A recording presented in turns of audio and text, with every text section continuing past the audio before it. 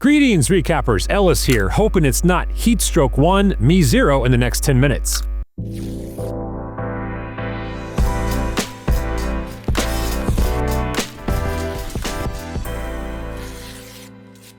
We're getting Arctic today with the recap featuring drone mapping, machine learning, disaster response, search and rescue, and shoddy GPS coverage in environments that make the Revenant feel like the Bora Bora Four Seasons.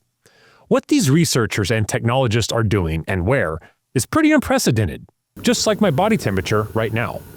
But since what constitutes the Arctic is gargantuan, it's got a rich capture, survey, and data collection history. You've got your Canadian Arctic mapping jamboree of 2011 here, your Norwegian high Arctic geospatial documentation of early coal mining settlements there, but all Arctic innovation roads really lead back to IPY, the International Polar Year. Though the tundra tradition began in 1881, there have only been 4 official polar years, with a 5th set for 2032, each triggered when enough nations feel like collaborating to make mapping and data collection a group project. IPY 1, 1881 to 1884, hand sketches and magnetic needles. Proposed by Austro-Hungarian explorer Karl Weyprecht, IPY 1 featured 12 countries, 15 expeditions, and 0 hand warmers. The focus was magnetism, aurora, and meteorology, which demanded the first coordinated network of polar observatories. Surveying was painstakingly manual. Triangulation via theodolites, sextants, and nautical charts drawn in frostbite-inducing conditions, which I wish I had right now because I think I'm dying. Now, it may seem primitive, but this laid the groundwork for polar geodesy, the first consistent datasets on polar pressure systems and geomagnetic fields that would later inform cartographic baselines.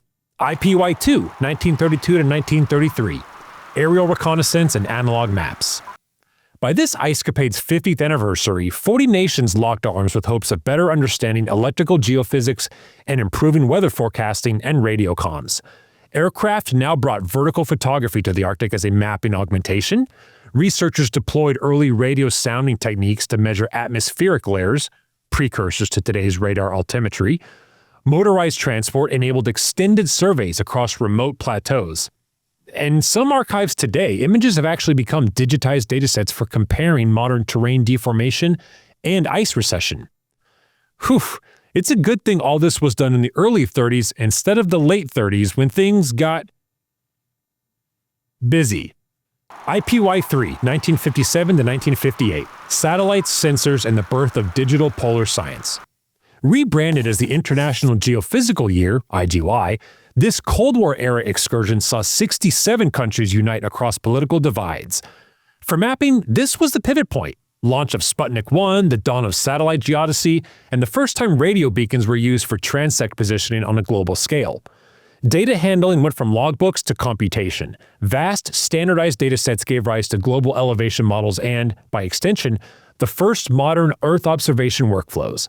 The Antarctic Treaty of 1959 emerged directly from these cooperative efforts, codifying science over sovereignty and preserving the continent for peaceful use.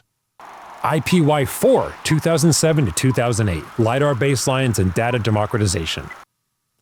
Fast forward 50 years, an estimated 50,000 researchers collaborated on the most ambitious Earth mapping campaign yet.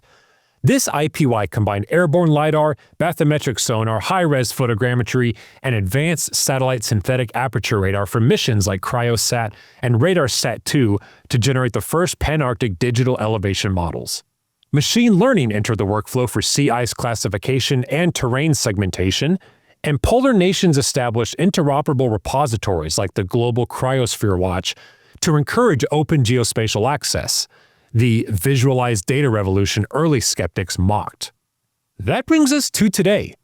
145 years since Karl Weyprecht had the audacity to unite the world, the same impulse that drove hand-numbed observers to sketch aurora at Fort Conger is what's now sending drones into the fog off Nuuk, Greenland's capital. A recent article by Jane Thawning-Callison, hosted on the World Economic Forum, explains in granular detail how drones are helping search and rescue in a place where it's, since forever, been extraordinarily hazardous. Kind of like my body temperature right now. Researchers from the University of Southern Denmark and the Alexandra Institute, working with the Joint Arctic Command and funding from Denmark's National Defense Technology Center, flew 32 missions over Greenland's fjords and headlands. They wanted to see how far off-the-shelf hardware could be pushed in bitter cold, unrelenting wind, and sketchy as heck GPS. Some quick context before we get to what went down. See, search and rescue in the Arctic, with sprawling distances, frigid temps, stubborn light, is trickier than getting a politician to answer a yes-no question accordingly. Complementing that is Nuuk getting a bit popular, and that's aside from Oval Office desire. Since 2013, vessel counts are up more than 37%, total miles sailed have more than doubled, and maritime traffic continues to climb at roughly 7% each year. Even winter sailing has tripled over the past decade. So, 2 drones launched, okay? One from a coastal headland locals called the World's End, LOL, the other from a vessel drifting in an ice fjord, which I wish I could feel right now. Researchers rotated roles, piloting in shifts while others became targets, acting out missing person scenarios by walking, lying prone, or slipping behind cliff faces. Ow. A 250 gig dataset was built, which has now trained AI and machine learning systems to spot objects of interest in real time, delivering vital intelligence to search and rescue helicopter crews. Those flights doubled as a torture test of sorts for the whole stack. Batteries draining in sub-zero air, ice building on rotors, comms fading at high latitudes, and thermal cameras going blind when warm cliffs or reflective water masked people completely.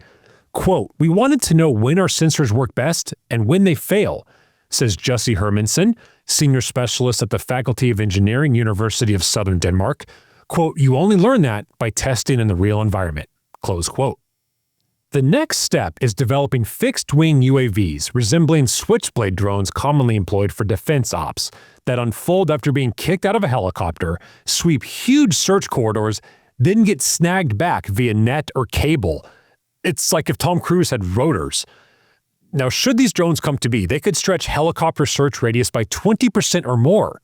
And this is in a region that's chronically short on airframes. The broad objective is to transition from experimental testing to operational systems that actively support chopper missions. Not to mention that by utilizing semi-autonomous drones to scan terrain and designate targets, crews get real-time thermal and visual intelligence so that endangered peeps and vessels get faster searches. Plus, there are optimistic whispers that the Nuuk trial and the resultant drone tech may enhance defense, environmental monitoring, and logistics, highlighting the broader merit of Arctic innovation. Quote, "Standing on a boat in the fog outside Nuuk, launching a drone in the morning mist, that's when it feels real," says Hermansen. Quote, "Testing how to save lives in the toughest environment on Earth." Close quote. Zoom out, and it's kind of the same IPY story, just with better tools but new wrinkles. The deleterious effects of an Arctic that's warming nearly 4 times faster than the global average, with shipping traffic climbing and winter sailings tripling, now turning Greenland into a test bed where polar survey DNA, drone engineering, and real-time AI unite to redefine what saving lives looks like. Environment and obstacles be damned. Oh, the sun's back. Oh. Goodbye, darkness, my old friend. Sheesh. Who pissed the sun deity?